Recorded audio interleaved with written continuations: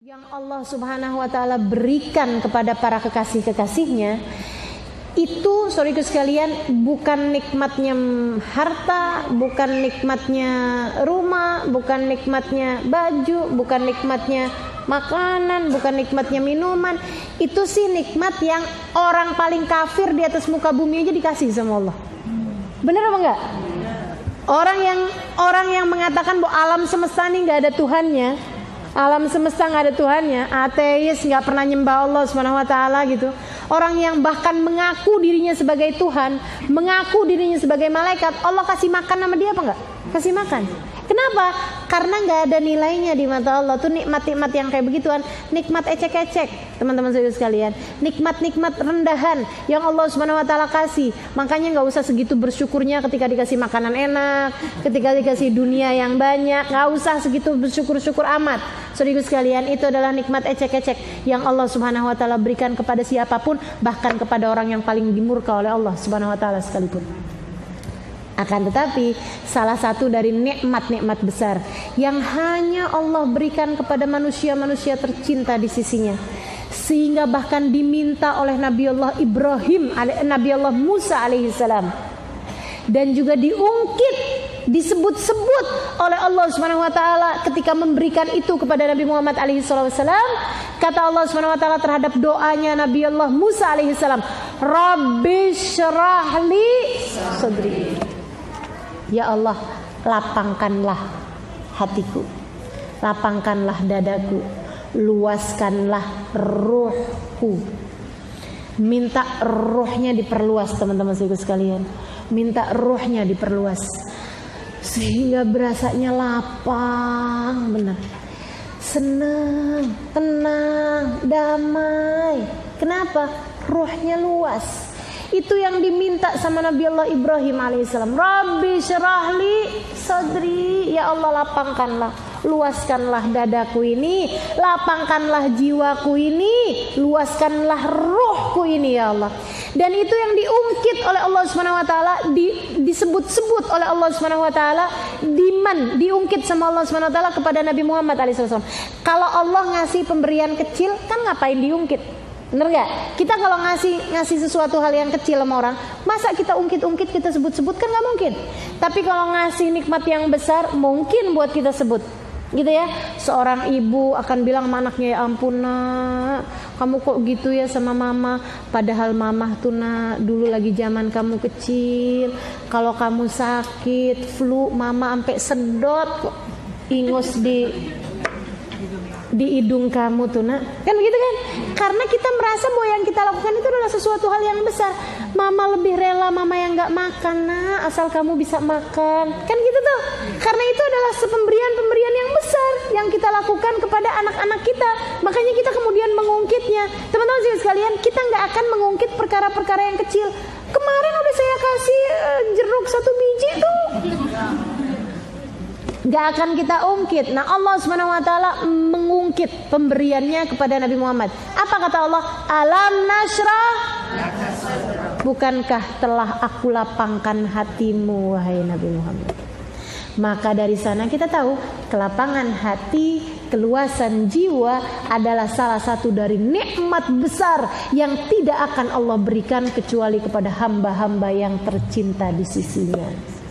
Kamu mau jadi hamba berkelas atau mau jadi hamba yang ecek-ecek, hamba yang rendah-rendahan, ya?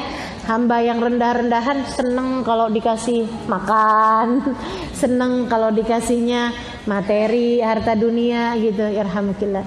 Nah, itu kenikmatan-kenikmatan kecil. Akan tapi hamba-hamba Allah yang besar akan minta sesuatu yang besar-besar. Maka teman-teman sekalian, kalau misalnya nih ya, kita liatin doanya, ya Allah, rezeki dong ya Allah. Ya Allah, pengen punya mobil. Ya Allah, pengen punya rumah biar gak ngontrak. Ya Allah, teman-teman sekalian, mohon maaf. Kamu masih jadi hamba-hamba yang meminta sesuatu hal yang rendah-rendah. Dan karena kamu masih meminta sesuatu hal yang rendah-rendah, berarti kamu juga sebagai hamba masih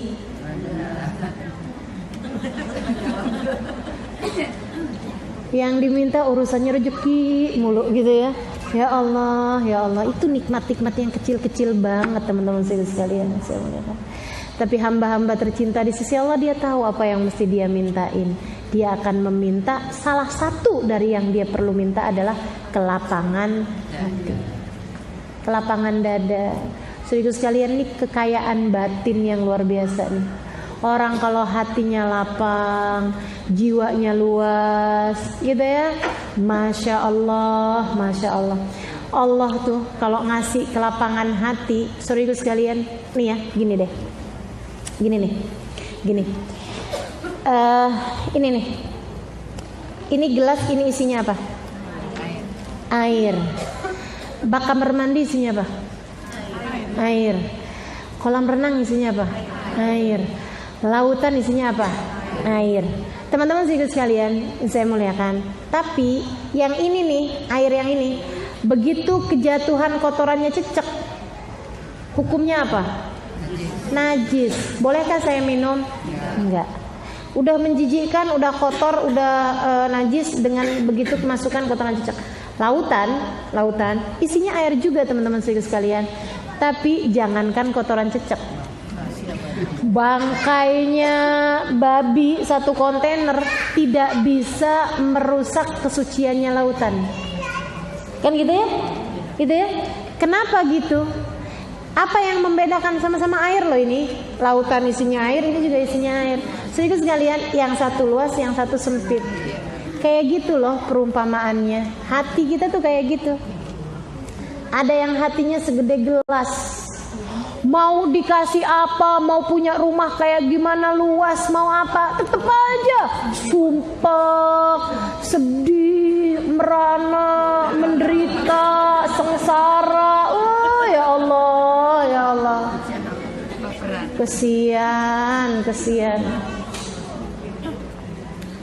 teman-teman sekalian. Sementara ada orang-orang ujian berbagai macam datang dalam kehidupannya, tidak akan pernah bisa merubah kesucian hatinya.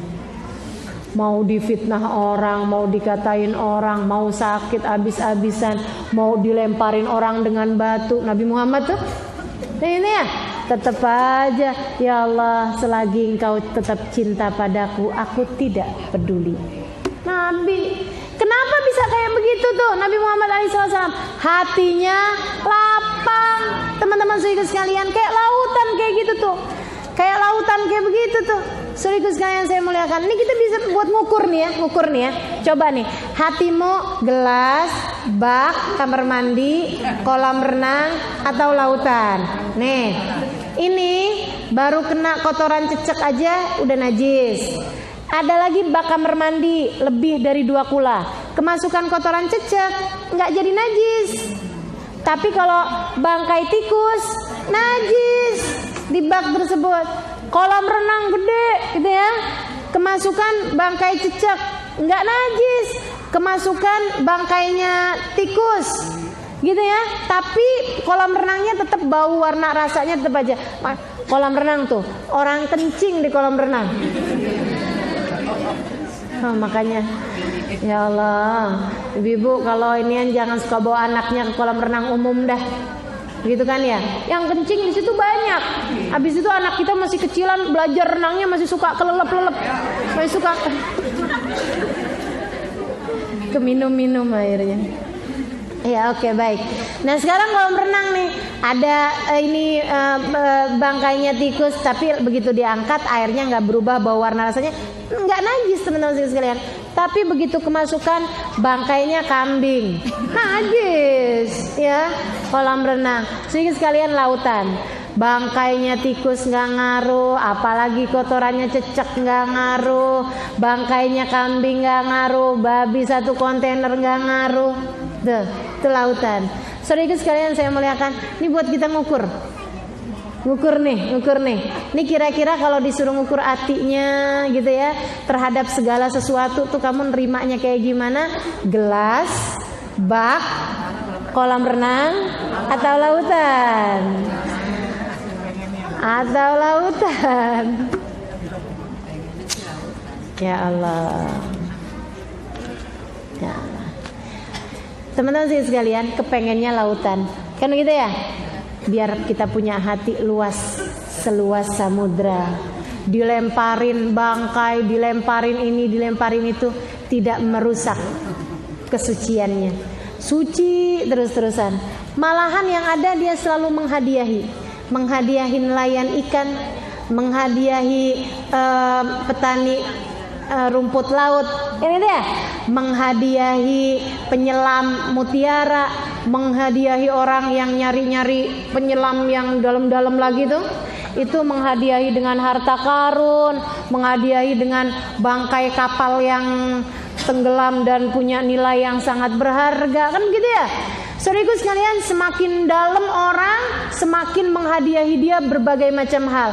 Seenggaknya orang yang gak kenal sekalipun, yang gak ikut masuk ke dalam lautan sekalipun, dari kejauhan-kejauhan aja ngelihatnya, ya ampun senengnya ngelihat lautan berasa damai gitu.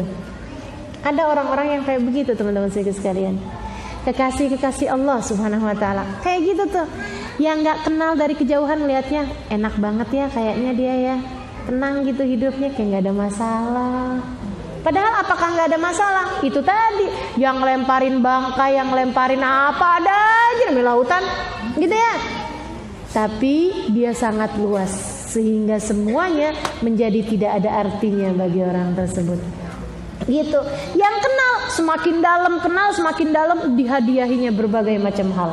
Waduh, isinya suaminya dihadiahinya cinta, anak-anaknya dihadiahinya kasih sayang, kedua orang tuanya dihadiahinya bakti darinya. Kan itu ya, sahabat-sahabatnya dikasih hadiahnya doa indah yang selalu dia sampaikan, selalu dihadiahinya nasihat-nasihat yang baik, selalu dihadiahnya apapun yang dia bisa lakukan buat sesama teman-temannya, bahkan orang muslim dimanapun adanya, selalu kebagian dari rahmat yang ada dalam hatinya. Dia akan selalu mendoakan mereka semua dalam setiap solatnya, dalam setiap doa-doanya. Kasih Allah Subhanahu wa taala, teman-teman saudaraku sekalian, lautan-lautan yang ada di atas muka bumi ini. Dan Allah Subhanahu wa taala sampai mengatakan bahwa orang mukmin tuh kalau benar-benar mukmin, hatinya lebih luas daripada lautan. Bukan hanya amal lautan tandingannya teman-teman sekalian, lebih luas daripada langit dan bumi. Apa kata Allah dalam hadis qudsi? Lan yasa'ani ardi wala samai walakin yasa'ani qalbu abdil mu'min. Aku tidak muat di tempat sempit bumi, kata Allah. Aku tidak muat di tempat sempit langit, kata Allah. Akan tetapi aku muat di tempat yang tidak terbatas luasnya, yaitu hati hambaku yang beriman. Ruhmu ketika diluaskan Allah Subhanahu wa taala menjadi lebih luas bahkan dibandingkan langit dan bumi. Maka teman-teman saudariku sekalian, harus kita cari nih hidup kita nih. Jangan yang kita minta sama Allah urusan ecek-ecek mulu ya, urusan kecil-kecil mulu. Kita mesti minta nih, ya Allah Rabbi syrah li sadri